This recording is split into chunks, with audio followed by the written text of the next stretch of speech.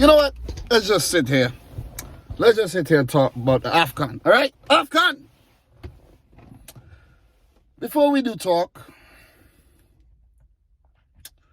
let's have a moment of silence for the victims of the Olembe Stadium stampede. 8 people died and about 40 to 50 people got injured in a stampede before the game, Comoros versus the host Cameroon. And I didn't know anything of it until the game was over and later on in the night. I was like, damn. Imagine going to a football game, telling your mom, your dad, or even your wife or your husband, you go into a football game, your family, never to return. It is just sad. So let's just take the time to acknowledge the deaths of these football fans, and let's hope it does not happen again. You know what I mean? Now the tournament is a bit tainted because of this.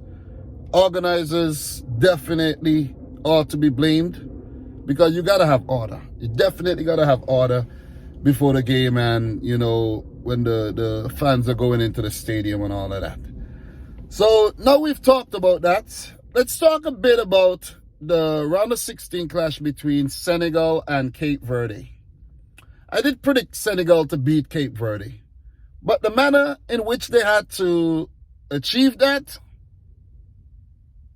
unacceptable.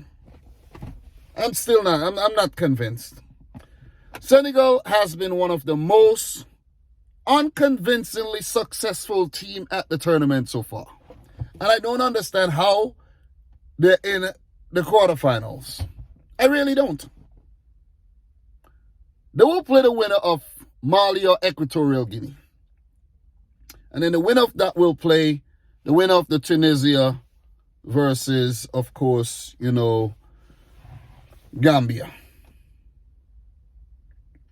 Burkina Faso, I should say. Tunisia, Burkina Faso. So Senegal has a straight path to the final where they would fancy their chances against all those teams I just mentioned. Gambia would be on the other side of the bracket where they come up against Cameroon. Senegal. They're yet to concede a goal in the tournament. And before today's match, they only scored once.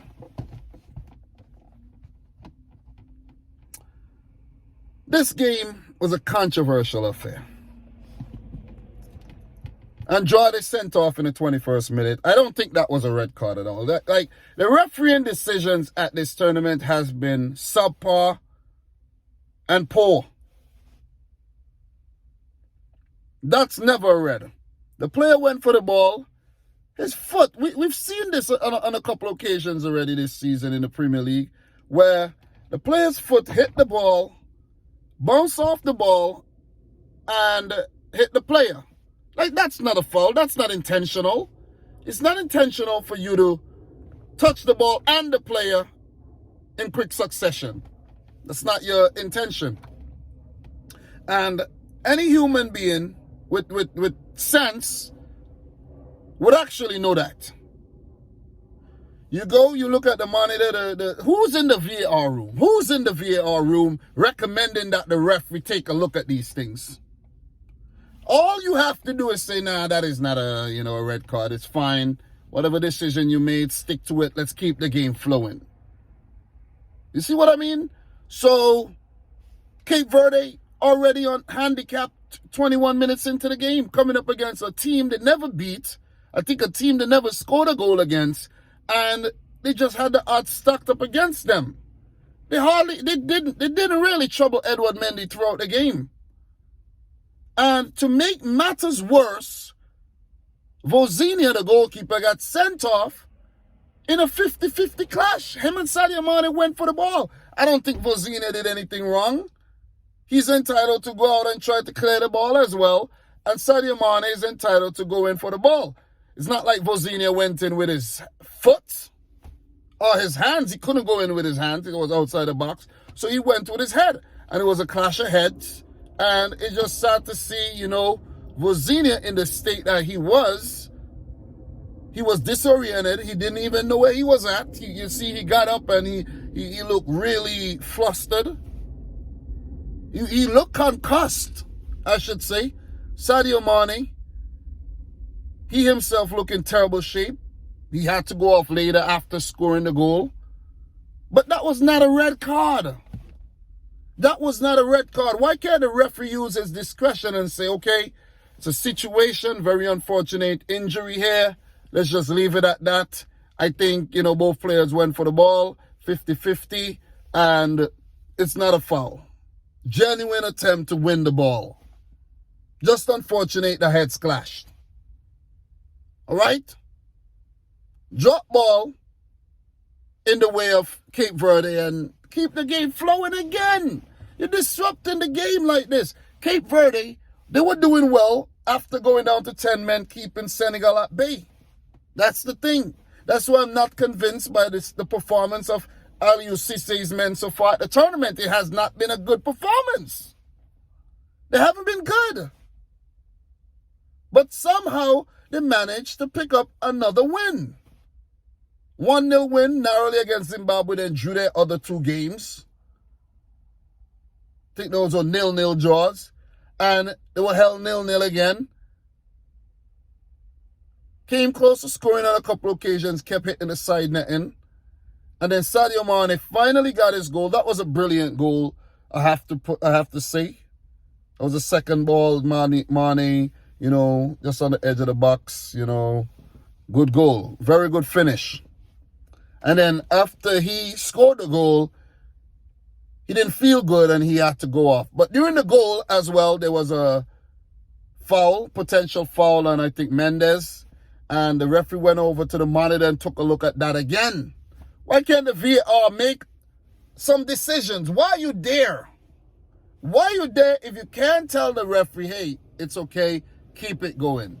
No need for the referee to be running over to the monitor so many times, to take a look at it. If he couldn't see it properly in the first place, that's where the VAR come in. And the VAR would say, okay, then yeah, I think it's fine. Leave it just the way it is. You got to send the referee over to take a look at it. And most of the times when they go over, they always make a stupid decision because you go and you see everything in slow-mo. And the way it is in slow-mo is not always the way it actually happened, right? You think slow-mo might actually help, but it seems like it is not helping. And in that instance, I think Cape Verde was actually very, very, very unlucky not to get the goal overturned because there was a coming together in the box and the Cape Verde player was, pushed down. I don't know if it was inadvertently, but it happened anyway. You see what I'm saying? Similar to the way the Cape Verde player inadvertently foul the Senegalese player early in the first half. I think that was, I can't remember who that player was. And then the goalkeeper who went for the 50-50 long ball there, inadvertently, the heads clashed. I have, something stinks about this. Something really stinks. I sense some conspiracy theory in this tournament right now where, the organizers wants the bigger teams to stay in the competition because Algeria got knocked out, Ghana got knocked out, Nigeria got knocked out, and there was nothing they could have done to help them. You saw in the game against Cameroon, everything was done to help Cameroon qualify for the quarterfinals, everything. And we see it again here for Senegal. Everything was done to help them. Two Reds, a team going down to 9 men. Come on, why can't you keep the affair even? I don't have anything against Senegal, okay? I don't. I predicted them to win the tournament back in 2019. But come on, man. The refereeing has to be better, man. It's poor. It's subpar. It's shedding a casting a bad, a shadow over the tournament, in my opinion. It stinks of corruption, in my opinion. Seriously. I don't want to be too political, but yeah, it's affecting the games. Cape Verde stood no chance. They had a few half chances in the game, but they stood no chance of beating Senegal with 10 or even 9 men.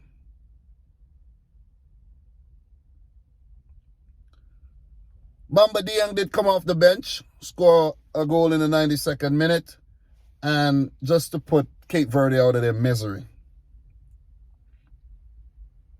It's going to be tough to beat this Senegalese team when you have the refs, the organizers, and everything in your favor right now.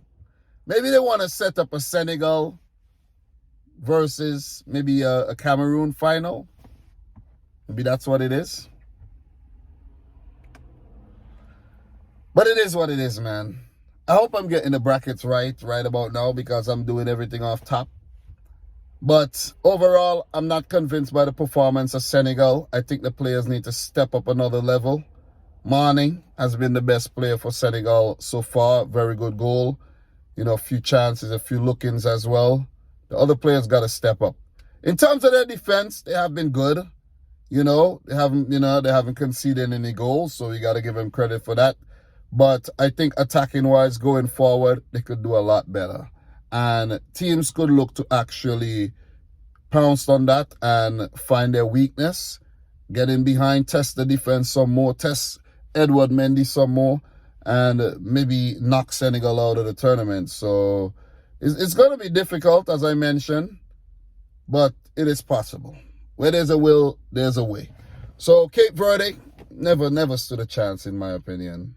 Never stood a chance. But at least, let them play at their strongest with 11 men and let them try their best. Let there be somewhat of a contest and not some, pushover by Senegal. So we got a game coming up, between Malawi and Morocco in about 8 minutes. I got to catch that one. And tomorrow we got Egypt, Ivory Coast, and Mali versus Equatorial Guinea. I don't know how I forgot about Equatorial Guinea yesterday when I was talking about, I don't know how, but I did. But guys, that's my thoughts on the quarterfinal, the semifinal here. The round of 16 here. God damn, what are you doing, Dom? Round of 16 of this 2021 Total Energies African Cup of Nations. I don't know why. Why did I just say quarterfinal and then corrected myself with semifinal? Like, smack me in the head. I'm bugging. But yeah. So, congrats to Senegal nevertheless. And let's see how they fare in the next game. Most likely, they'll meet Mali, in my opinion. I hope Mali do put up a fight. I hope there's no controversial decisions. I'm hoping, you know what I mean? We see that in every game. Well, guys, I'm your boy Dominic Rich. Thanks to all the new subscribers of the channel. We almost at 49K.